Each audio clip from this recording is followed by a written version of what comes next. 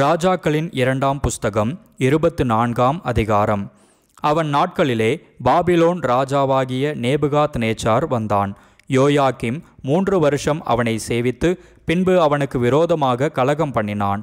அப்பொழுது கர்த்தர் கல்தேயரின் தண்டுகளையும் சீரியரின் தண்டுகளையும் மோவாபியரின் தண்டுகளையும் அம்மோன் புத்திரரின் தண்டுகளையும் அவன் மேல் வரவிட்டார். தீர்க்கதரிசிகளாகிய தம்முடைய ஊழியக்காரரை கொண்டு கர்த்தர் சொன்ன வார்த்தையின்படியே அவர் அவைகளை யூதாவை அழிக்கும்படிக்கு வரவிட்டார். மனாசே தன் எல்லா செய்கைகளினாலும் செய்த பாவங்களின் நிமித்தம் யூதாவை தமது சமூகத்தை விட்டு அகற்றும்படி கர்த்தருடைய கட்டளையினால் அப்படி நடந்தது. அவன் சிந்தின குற்றமற்ற இரத்தத்திற்காகவும் எருசலேமை குற்றமற்ற இரத்தத்தால் நிரப்பினதற்காகவும் கர்த்தர் மன்னிக்க சித்தமில்லாதிருந்தார். யோயாக்கீமின் மற்ற வர்த்தமானங்களும் அவன் செய்தவை யாவும் யூதாவுடைய ராஜாக்களின் நாளாகம புஸ்தகத்தில் அல்லவோ எழுதியிருக்கிறது. யோயாக்கீம் தன் பிதாக்களோடே நித்திரையடைந்த பின் அவன் குமாரனாகிய யோயாக்கீன் அவன் ஸ்தானத்தில் ராஜாவானான். எகிப்தின் ராஜா அப்புறம் தன் தேசத்திலிருந்து புறப்பட்டு வரவில்லை. எகிப்தின் நதி துவக்கி ஐப்ராத்து நதி மட்டும் எகிப்தின் ராஜாவுக்கு இருந்த யாவையும் பாபிலோன் ராஜா பிடித்திருந்தான். யோயாக்கீன் ராஜாவாகிற போது 18 வயதாயிருந்து எருசலேமிலே 3 மாதம் அரசாண்டான். எருசலேம் ஊரானாகிய எல்நாத்தானின் குமாரத்தியான அவன் தாயின் பேர் நெகுஸ்தாள். அவன் தன் தகப்பன் செய்தபடியெல்லாம் கர்த்தரின் பார்வைக்கு பொல்லாப்பானதை செய்தான். அக்காலத்திலே பாபிலோன் ராஜாவாகிய நேபுகாத் நேச்சாரின் சேவகர் எருசலேமுக்கு வந்தார்கள். நகரம் முற்றுகை போடப்பட்டது.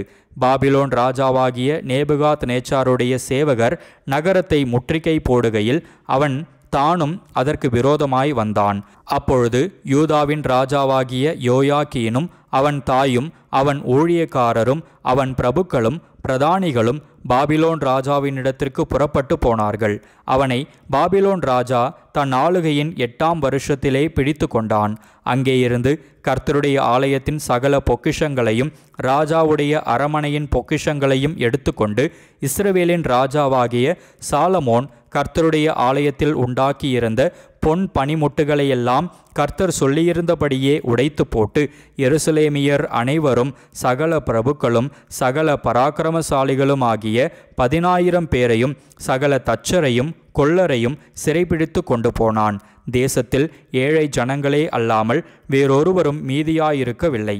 அவன் யோயாக்கீனையும் ராஜாவின் தாயையும் ராஜாவின் ஸ்திரீகளையும் அவன் பிரதானிகளையும் தேசத்தின் பராக்கிரமசாலிகளையும் எருசலேமிலிருந்து பாபிலோனுக்கு சிறைப்பிடித்து கொண்டு போனான்.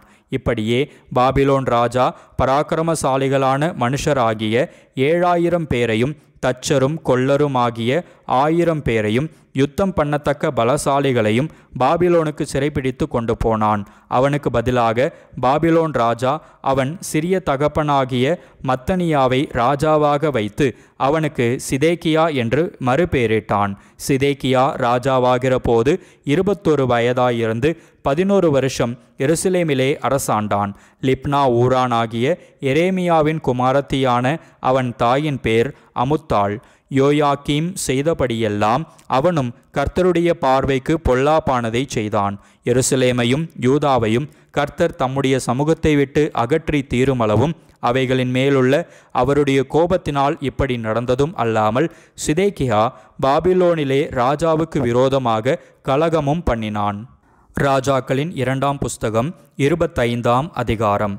அவன் ராஜ்யபாரம் பண்ணும் 9ஆம் வருஷம் 10ஆம் மாதம் 10ஆம் தேதியிலே பாபிலோன் ராஜாவாகிய நேபுகாத் நேச்சாரும் அவனுடைய எல்லா இராணுவமும் எருசலேமுக்கு விரோதமாய் வந்து அதற்கு எதிரே பாளையமிறங்கி சுற்றிலும் அதற்கு எதிராக கொத்தளங்களை கட்டினார்கள். அப்படியே சிதேக்கியா ராஜாவின் 11ஆம் வருஷம் மட்டும் நகரம் முற்றுகை போடப்பட்டிருந்தது. 4ஆம் மாதம் 9ஆம் தேதியிலே பஞ்சம் நகரத்திலே அதிகரித்து தேசத்தின் ஜனத்திற்கு ஆகாரம் இல்லாமற் போயிற்று. நகரத்தின் மதிலில் திறப்பு கண்டது. அப்பொழுது கல்தேயர் நகரத்தை சூழ்ந்திருக்கையில் யுத்த மனுஷர் எல்லாரும் ராத்திரி காலத்தில் ராஜாவுடைய தோட்டத்தின் வழியாய் 2 மதில்களுக்கு நடுவான வாசலால் தப்பி அவர்களும் ராஜாவுமாய் சமனான பூமியை நோக்கி ஓடிப்போனார்கள். கல்தேயரின் இராணுவத்தார் ராஜாவை பின்தொடர்ந்து எரிகோவின் சமனான பூமியில் அவனை பிடித்தார்கள்.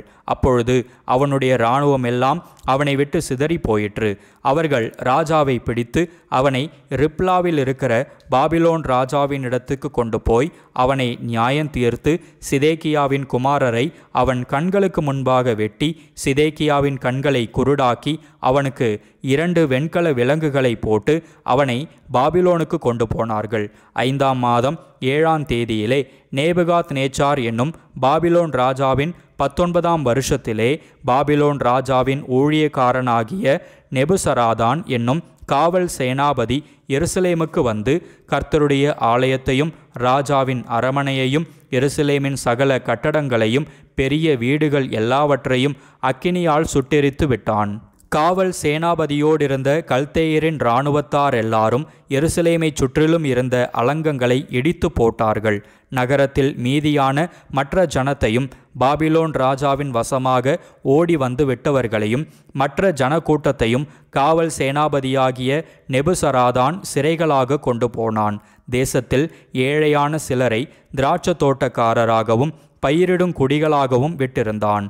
கர்த்தருடைய ஆலயத்தில் இருந்த வெண்கல தூண்களையும் அதிலிருந்த ஆதாரங்களையும் கர்த்தருடைய ஆலயத்திலிருந்த வெண்கல கடல் தொட்டியையும் கல்தேயர் உடைத்து போட்டு அவைகளின் வெண்கலத்தை பாபிலோனுக்கு எடுத்து கொண்டு போனார்கள்.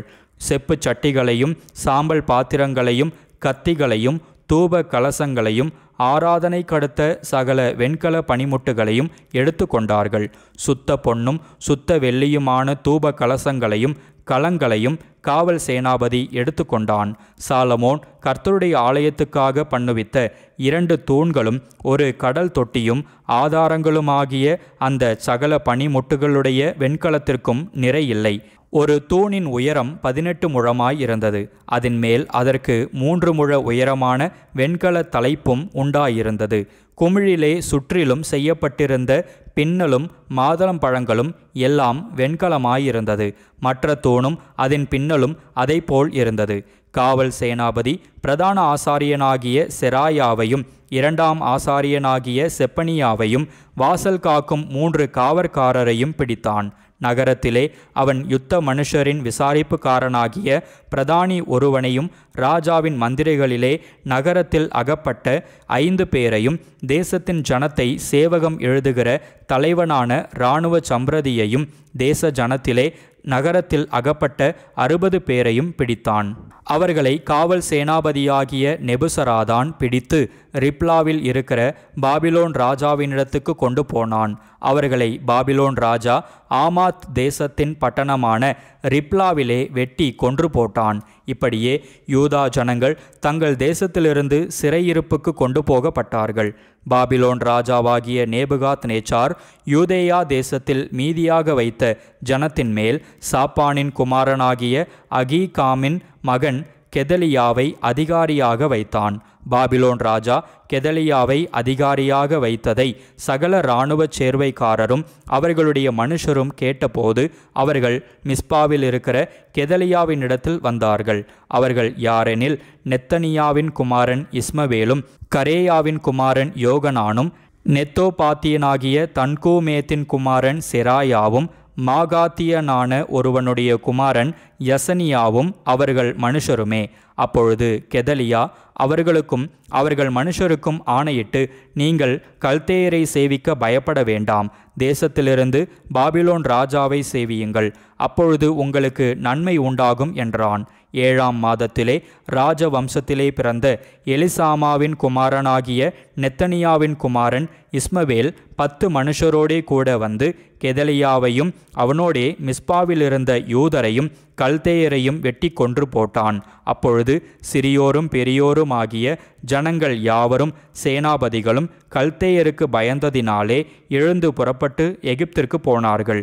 யூதாவின் ராஜாவாகிய யோயாக்கீனுடைய சிறையிருப்பின் 37ஆம் வருஷம் 12ஆம் மாதம் 27ஆம் தேதியிலே ஏவில் மெரோதாக் என்னும் பாபிலோன் ராஜா தான் ராஜாவான வருஷத்திலே யூதாவின் ராஜாவாகிய யோயாக்கீனை சிறைச்சாலையிலிருந்து புறப்பட பண்ணி அவன் தலையை உயர்த்தி அவனோடே அன்பாய் பேசி அவனுடைய சிங்காசனத்தை தன்னோடே பாபிலோனில் இருந்த ராஜாக்களின் சிங்காசனங்களுக்கு உயரமாக வைத்து அவனுடைய சிறைச்சாலை வஸ்திரங்களை மாற்றினான். அவன் உயிரோடிருந்த சகல நாளும் நித்தம் தனக்கு முன்பாக போஜனம் பண்ணும்படி செய்தான். அவன் உயிரோடிருந்த நாளெல்லாம் அவனுடைய செலவுக்காக ராஜாவினால் கட்டளையான அனுதின திட்டத்தின்படி அனுதினமும் கொடுக்கப்பட்டு வந்தது.